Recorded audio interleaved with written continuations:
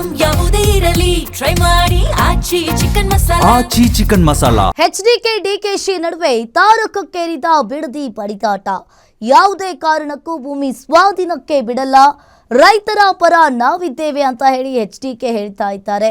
ಇನ್ನೊಂದ್ ಕಡೆ ಸರ್ಕಾರ ನೋಟಿಫಿಕೇಶನ್ ಕೈ ಬಿಡದಿದ್ರೆ ಕಾನೂನು ಹೋರಾಟವನ್ನ ನಾವು ಮುಂದುವರಿಸ್ತೀವಿ.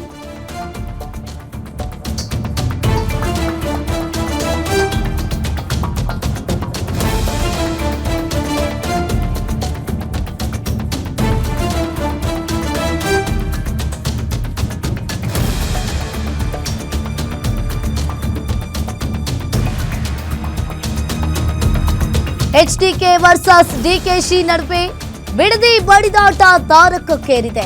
ಯಾವುದೇ ಕಾರಣಕ್ಕೂ ಕೂಡ ನಾವು ಭೂಮಿ ಸ್ವಾಧೀನಕ್ಕೆ ಬಿಡಲ್ಲ, ರೈತರ ಪರ ನಾವಿದ್ದೇವೆ ಅಂತ ಹೇಳಿ ಎಚ್ಡಿಕೆ ಹೇಳ್ತಾ ಇದ್ದಾರೆ.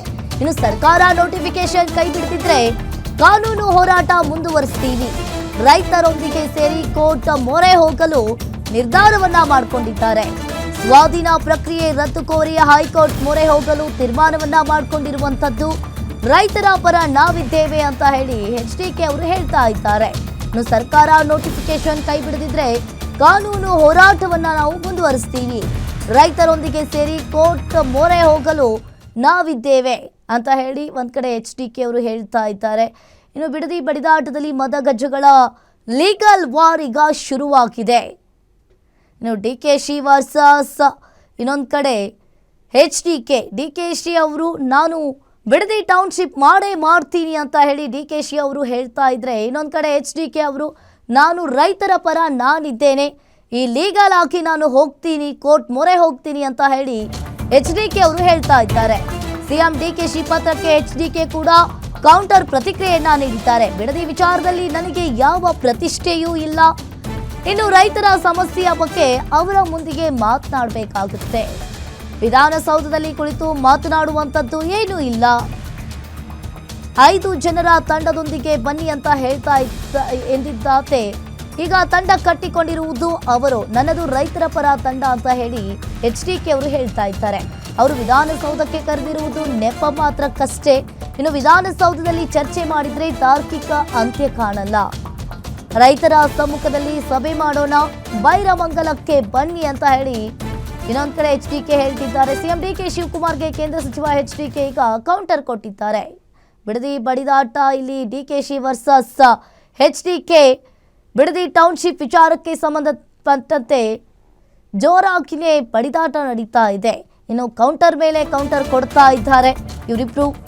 ಇದು ಸವಾಲು ಪ್ರತಿ ಸವಾಲು ಅಲ್ಲ, ಪಂಥಾಹ್ವಾನ ಅಲ್ಲವೇ ಅಲ್ಲ. ಹೀಗಿರೋ ಸರ್ಕಾರ ರೈತರ ಅಭಿಪ್ರಾಯದ ವಿರುದ್ಧವಾಗಿದೆ. ರೈತರ ಭೂಮಿ ಸ್ವಾಧೀನವನ್ನ ಮಾಡಿ ಕೈಗಾರಿಕೆಗಳಿಗೆ ಎಐಗೆ ಜಾಗ ಅಂತ ಹೇಳಿ ಹೇಳ್ತಾ ಇದ್ದಾರೆ.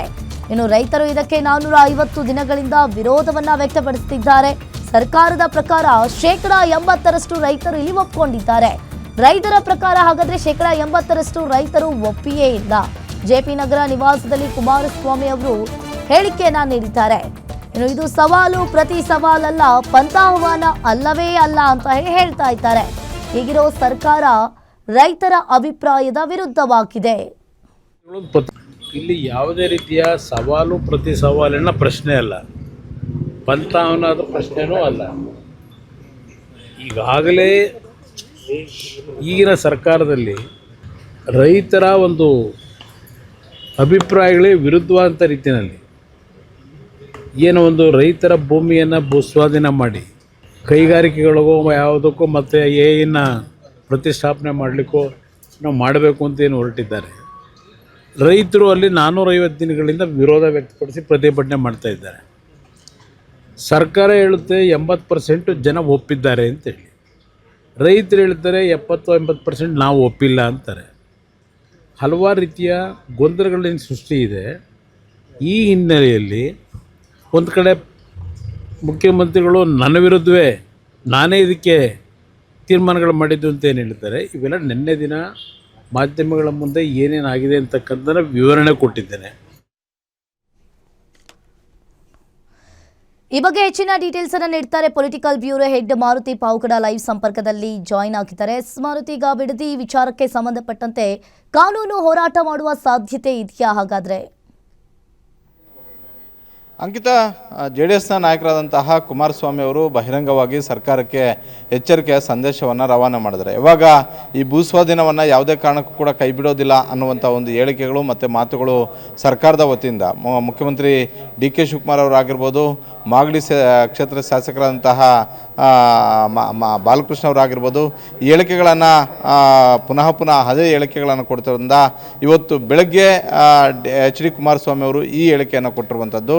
ನಾವು ಅಗತ್ಯ ಬಿದ್ದರೆ ರೈತರ ಒಟ್ಟಿಗೆ ಸೇರಿಕೊಂಡು ಹೈಕೋರ್ಟ್ ಮೊರೆ ಹೋಗೋದಕ್ಕೂ ಕೂಡ ನಾವು ರೆಡಿಯಾಗಿದ್ದೀವಿ ಅಂತ. ಇದರಲ್ಲಿ ಯಾವುದೇ ಸಂಶಯವೂ ಕೂಡ ಬೇಡ.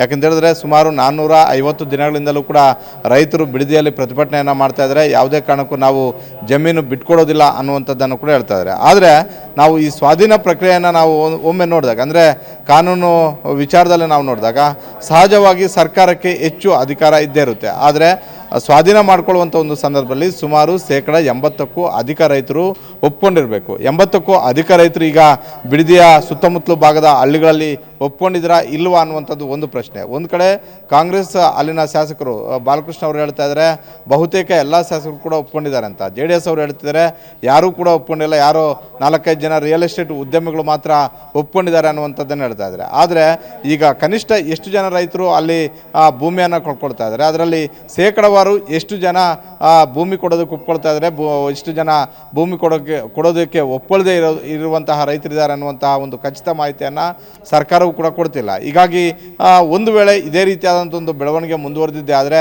ಅನಿವಾರ್ಯವಾಗಿ ಭೂಸ್ವಾಧೀನವನ್ನು ಒತ್ತಾಯದಿಂದ ನಾವು ಮಾಡ್ತೀವಿ ಅನ್ನೋದೇ ಸರ್ಕಾರದ ನಡೆ. ಆದರೆ ನಾವು ಕಾನೂನಿನ ಹೋರಾಟಕ್ಕೂ ಕೂಡ ಸಿದ್ಧರಿದ್ದೀವಿ ಅನ್ನುವಂಥ ಒಂದು ಹೇಳಿಕೆಯನ್ನು ಕುಮಾರಸ್ವಾಮಿ ಅವರು ಕೊಟ್ಟಿರುವಂಥದ್ದು. ಸರ್ಕಾರ ಯಾವ್ಯಾವ ಸಂದರ್ಭಗಳಲ್ಲಿ ಈ ರೀತಿಯಾಗಿ ಒತ್ತಾಯಪೂರ್ವಕವಾದಂಥ ಒಂದು ಸ್ವಾಧೀನವನ್ನು ಮಾಡ್ಕೊಳ್ಬೋದು ಅಂತ ಹೇಳಿದ್ರೆ, ತೀರಾ ಅಗತ್ಯ ಬಿದ್ದಾಗ, ಅನಿವಾರ್ಯವಿದ್ದಾಗ, ಅದು ಸಾರ್ವಜನಿಕ ಉಪಯೋಗಕ್ಕೆ ಬೇಕಾದಂಥ ಒಂದು ಸಂದರ್ಭದಲ್ಲಿ ಮಾತ್ರ, ಅಭಿವೃದ್ಧಿಯ ವಿಚಾರಕ್ಕೆ ಬೇಕಾದಂಥ ಒಂದು ಸಂದರ್ಭದಲ್ಲಿ ಮಾತ್ರ. ಈಗ ಫಾರ್ ಎಕ್ಸಾಂಪಲ್ ನಾವು ಹೇಳೋದಾದರೆ ಯಾವುದಾದ್ರು ನದಿ ಜೋಡಣೆ ವಿಚಾರ ಆಗಿರ್ಬೋದು, ರೈಲು ಮಾರ್ಗಗಳನ್ನು ಹಾಕುವಂಥ ಒಂದು ವಿಚಾರ ಆಗಿರ್ಬೋದು, ಹೆಚ್ಚು ಕೈಗಾರಿಕೆಗಳನ್ನು ಸ್ಥಾಪನೆ ಮಾಡುವಂಥ ಒಂದು ವಿಚಾರ ಆಗಿರ್ಬೋದು, ಇಂಥ ಒಂದು ವಿಚಾರಗಳನ್ನು ಇಟ್ಕೊಂಡು, ಇಂಥ ಡೆವಲಪ್ಮೆಂಟ್ ವಿಚಾರಗಳನ್ನು ಇಟ್ಕೊಂಡು ಸ್ವಾಧೀನ ಪ್ರಕ್ರಿಯೆಯನ್ನು ಬಹಳಷ್ಟು ಬಲವಂತವಾಗಿ, ಎಷ್ಟೇ ವಿರೋಧ ಇದ್ದರೂ ಕೂಡ ಬಲವಂತವಾಗಿ ಮಾಡ್ಬೋದು. ಅಲ್ಲೂ ಕೂಡ ರೈತರ ಒಪ್ಪಿಗೆ ಬೇಕೇ ಬೇಕಾಗುತ್ತೆ. ಇತ್ತೀಚೆಗೆ ಬಂದಿರುವಂತಹ ಕಾನೂನು ನಿಯಮಾವಳಿಗಳು ಒಂದಷ್ಟು ಸಡಿಲವಾಗಿದ್ದಾವೆ, ಜೊತೆಗೆ ಸರ್ಕಾರಕ್ಕೆ ಪೂರಕವಾಗಿದ್ದಾವೆ. ಹೀಗಾಗಿ ಆ ಒಂದು ಬ್ರಹ್ಮಾಸ್ತ್ರವನ್ನು ಈಗ ಸರ್ಕಾರ ಬಿಡದಿ ಜನರ ಮೇಲೆ, ಬಿಡದಿ ರೈತರ ಮೇಲೆ ಪ್ರಯೋಗ ಮಾಡೋದಕ್ಕೆ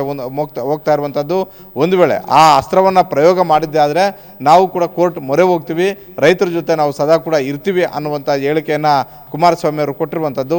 ಒಟ್ಟಾರೆ ನಿನ್ನೆ ಸವಾಲು ಮತ್ತು ಪ್ರತಿ ಸವಾಲಾಯಿತು ಪತ್ರದ ಮುಖೇನ. ಅದಾದ ಬಳಿಕ ಬೆಳಗ್ಗೆ ಮಾಜಿ ಮುಖ್ಯಮಂತ್ರಿ ಕುಮಾರಸ್ವಾಮಿ ಅವರು ಬಹಿರಂಗವಾಗಿ ಹೇಳಿಕೆಯನ್ನು ಕೊಟ್ಟಿದ್ದಾರೆ.